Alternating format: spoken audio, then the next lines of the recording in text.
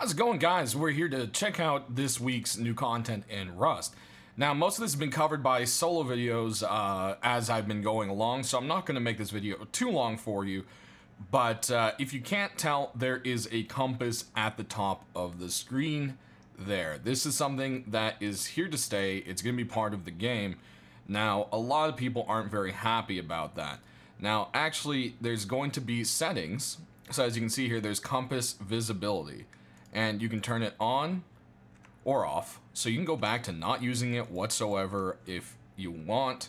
If you just don't like the look of it. I know a lot of people's main concern with it is the compass is going to buff groups. Well, that's not a concern for the dev team, and everyone needs to get that in their head. They're not trying to make the game harder on solo, but they're also not denying the reality that more people can get things done faster, and that's just how it's going to be. And, you know, it doesn't mean the devs necessarily enjoy zergs of 30 people on the game. They know that's a problem, but, I mean, what are you really supposed to do about that without making the game even worse? You know, grindy or, you know, just inconvenient or frustrating. Because everything that's going to nerf that is going to make it beyond frustrating for everyone. But anyways, that's enough subject there. The compass is pretty awesome. I like it. It's something I think is really neat. A lot of people feel it should be tied to an item. And the point behind why it's not on an item, the answer I got from the team was, well, you know, people aren't going to just sit there and craft a compass and sit there and have to keep opening it. It's just kind of weird. So, yeah, there's kind of that. There's also a hotkey for the compass, I believe, if you turn it off. Yeah, there we go. So there's the hold toggle options as well. So hold is going to be, you hold C and it comes up and goes away. So if you like the idea of using it but don't always want it there, that's your option. And then of course toggle is going to be, you know, you press C, it shows up and stays, you press C, it goes away again. So pretty neat right there. They did give some options for, you know, people who might not care about too much. The rapid inflatable boat here has gotten a little bit of fix up. It's still really weird to walk around to the front, but once you are there, it's fine. And the storage box now opens. You still kind of get this weird like hopping motion thing. It's still very much so a work in progress. I did talk to Helk more, so this is definitely going to be tied to an event. And he said players will be able to get and have these by killing the scientist and securing the boat. A lot of people want maybe a gun mounted on it. And I wouldn't mind if something was maybe up there, maybe an M249, but I don't know, that maybe seems a little powerful to have a port. I don't know, it's not, is that any more different though than killing the enemy and picking up an actual M249? I mean, maybe it's kind of, if it was mounted to the boat and can't be taken off, well then that means you can't just take it anywhere and it's restricted to the boat. And if people say, well, then they can just come out here. Well, if they have an M249, I mean, this holds 6 people. They could just sit in the boat with an M249 shoot at you anyways. So, I don't know. Mount a gun on it for the purpose of the scientist to be a little tougher. I wouldn't mind.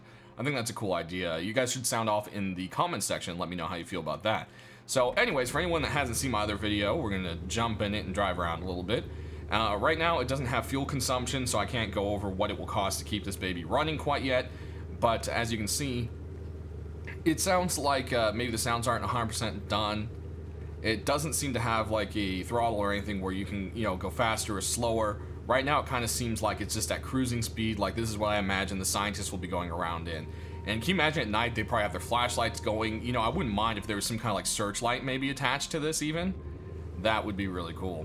So yeah, this is definitely a neat thing. Now, if you saw my video on the boat just itself, I said I would have hopefully a surprise for you guys. Well, Helk has some personal stuff to take care of, and he's busy out there. So I decided not to bother him today about any of this stuff. But there's a chance of the little canoe, as it's being called, which you see here up on, you should be seeing up on the screen at least, was supposed to maybe make it in by today. That just didn't happen, but it will probably, I'd be shocked if it doesn't make it into the full update at least anyways. Alongside with that, we've also got the Bandit Town still is being hard, a lot of hard work is being put into it there. And you can see here some of the new custom trees that they've got set up and everything. It's beautiful. It looks great. They're doing a really good job on it, and we should probably be seeing it in the next Force Wipe, so that's very exciting there. I can't wait to see how kind of the mechanics work with it, because remember, there is supposed to be some kind of like, you know, maybe a rating of some sort that's applied to people of whether or not you can go to the Bandit Town or the Scientist Compound kind of thing. So I don't know if that will be in with this next Force Wipe or if we'll just be seeing the Bandit Town, so don't hold me to that. It could be more, you know, that could turn into a full faction thing, and that would probably take a lot more time. Of course, electricity is still being worked on in the background. If you haven't seen the switches from my last video, here they are again. This is for player electricity, not for the monument traps. Sorry, monument puzzles. And will be used for stuff like traps and lighting up your base and elevators and electronic doors, stuff like that. So that's very, very cool there. There's a planned pressure plate system involved with electricity as well. When it comes into other stuff like that, so far I don't have a whole lot of information. Help did get back to me and tell me that there will be a kind of like a series of connecting wires from these switches and so forth to the power source and then to the place it needs to go kind of thing. And so it's kind of like imagine something similar to how Fallout 4 has it with their settlements with connecting wires, but less tedious and a little more intuitive from what I'm kind of gathering. So that would be pretty cool right there. Did I show you guys you still see it? Yeah, so, okay. The one last thing on the compass here is they did make it to where you can still see it if you're scoped in. And also, they didn't forget about things like helmets that obscure your vision. It still pops in up there, which is pretty cool. And it's a nice little thing. If you're just implementing a new system, sometimes that's something you can, you know, accidentally oversee. But that's going to pretty much do it. We're going to end here with some awesome pictures of some updates to Hapis. Alistair's working hard at updating all the rad towns in there because he said, oh, you know, they're pretty old, some of them.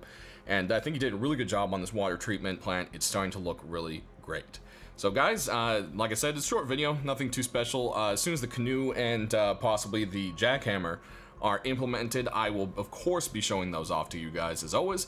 Thanks for watching. I hope you guys have a great weekend. Skin videos should be up shortly. As I said, Hulk is out and about doing some things in personal life, but we'll be back later on this today sometime to approve skins. So skins will be late, but they will be here.